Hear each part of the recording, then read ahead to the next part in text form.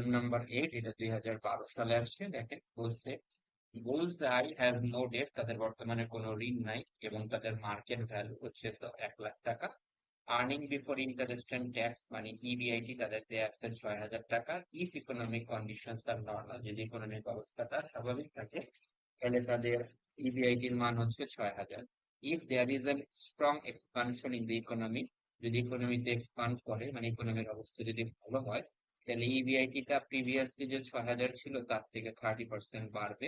আর যদি ইকোনমিক অবস্থাটা রিসেশন হয়, খুব খারাপ হয়, তাহলে ইবিআইটি আগে যা ছিল তার থেকে 60% কমে যাবে।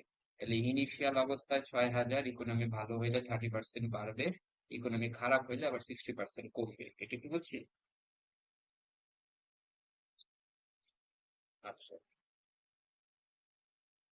তাহলে আমরা এখানে আগে খেয়াল করে দেখে নিই আমাদের ইকোনমিক কন্ডিশন তিনটা, রিসেশন, নর্মাল আর হচ্ছে এক্সপানশন। তাহলে নর্মালটা হলো 6,000, যদি ইকোনমি এক্সপান্ড করে তাহলে 30% বাড়বে, তার মানে 6,000 30% 1,800, তাহলে 6,000 এর সাথে 1,800 যোগ করলে 7,800 হবে। আর যদি ইকোনমিক অবস্থা খারাপ হয় তাহলে 6,000 60% কমে যাবে, তাহলে 3600 কমে যাবে, তাই 6,000 থেকে 3600 বাদ দিলে 3400। বুঝলে? আচ্ছা, এরপর এখান থেকে ইবিআইটি থেকে ইন্টারেস্ট বাদ দিতে হবে। আমাদের এখানে বলা আছে ঋণ হচ্ছে 40,000, 5% ইন্টারেস্ট। তো আমরা 40,000 করে এই যে 40,000-এর 5% সব জায়গা থেকে বাদ দিলাম 2,000 2,000 করে। তো ইবিআইটি থেকে যদি ইন্টারেস্ট বাদ দিই তাহলে আমরা এখানে ইবিটি পাবো। তাহলে 2,400 থেকে 2,000 বাদ দিলে 400, 6,000 থেকে 2,000 বাদ দিলে 4,000, আর 7,800 থেকে 2,000 বাদ দিলে আমরা পাবো 5,800 টাকা। এরপর আমাদের এখানে দেখছি less ignore tax as given. তো আমাদের এখানে ট্যাক্স কোশ্চেনে ছিল না, যদিও কোশ্চেনে কোথাও ট্যাক্স নাই। আর ওরা বলেও দিছে যে ইগনোর দ্য ট্যাক্স, থাকলে ইগনোর করতাম, এখানে আমাদের ইগনোর করার আগেই ওরাই ইগনোর করে দিছে, নাই ট্যাক্স। তাহলে ইবিটি থেকে আমরা ট্যাক্স বাদ দিলে ইএটি বের হইতো, তাই ট্যাক্স নাই, আর থাকলেও ইগনোর করতে হইতো, ওরা বলে দিছে। তাহলে আমাদের ইএটি হচ্ছে ইবিটি যা, ইএটি ওই সেমই আছে। এরপর আমাদের এখানে বের করতে হবে হচ্ছে ইপিএস। তাহলে ইপিএস এর ফর্মুলাটা কি? ইপিএস এর ফর্মুলাটা হলো EAT K number of share দিয়ে ভাগ করতে হবে। তাহলে ইএটি হচ্ছে 400, 4,000 আর হচ্ছে 5,800। তো নাম্বার অফ শেয়ার কোশ্চেনে বলা আছে হচ্ছে 2,500 শেয়ার হচ্ছে নাম্বার অফ শেয়ার আউটস্ট্যান্ডিং আছে। তো আমরা এখানে 2,500 শেয়ার দিয়ে ভাগ করলাম। ইএটি 400 কে 2,500 দিয়ে ভাগ, 4,000 কে 2,500 দিয়ে ভাগ, 5,800 কে 2,500 দিয়ে ভাগ করলে আমরা ইপিএস পাবো। ইপিএস মিনস হচ্ছে আর্নিং পার শেয়ার।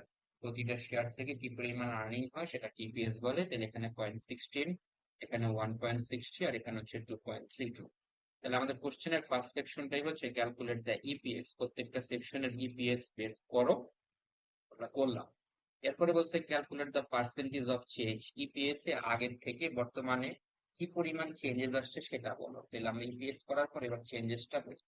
তাহলে এটা হচ্ছে আমাদের কারেন্ট সিচুয়েশনের ইপিএস, যেটা হচ্ছে 1.60। তো আমাদের এখানে 1.60 হচ্ছে কারেন্ট ইপিএস। আর ইকোনমিক যদি রিসেশন হয়, অবস্থা যদি খারাপ হয়, তাহলে আমাদের এখানে ইপিএসটা হচ্ছে 0.16, আর যদি ভালো হয় তাহলে 2.32।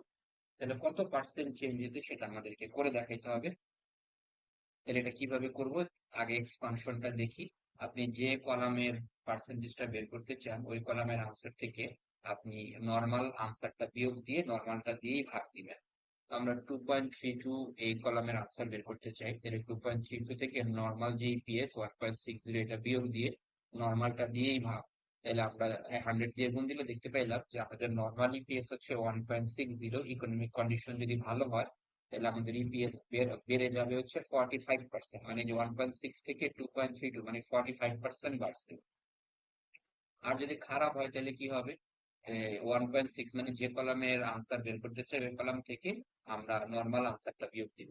তাহলে আমরা 1.16 এখান থেকে নর্মাল আনসার হচ্ছে 1.60, এটা বিয়োগ দিয়ে 1.60 নর্মালটা দিয়ে ভাগ, না আমি নর্মালটা বিয়োগ নর্মালটা ভাগ। তাহলে এখানে বোঝা যায় 90% কমে গেছে। তার মানে ইকোনমিক কন্ডিশন যখন নর্মাল তখন ইপিএস হচ্ছে 1.60। যদি এটা খারাপ হয় তাহলে আলটিমেটলি আমাদের ইপিএস চলে আসে শুধু 0.16-এ, দ্যাট মিনস আমাদের ইপিএস 90% কমে যায়। আর যদি 1.6 থেকে 2.32 হয় এর মানে হলো ইপিএস 45% বেড়ে যায়। বোঝা যায়?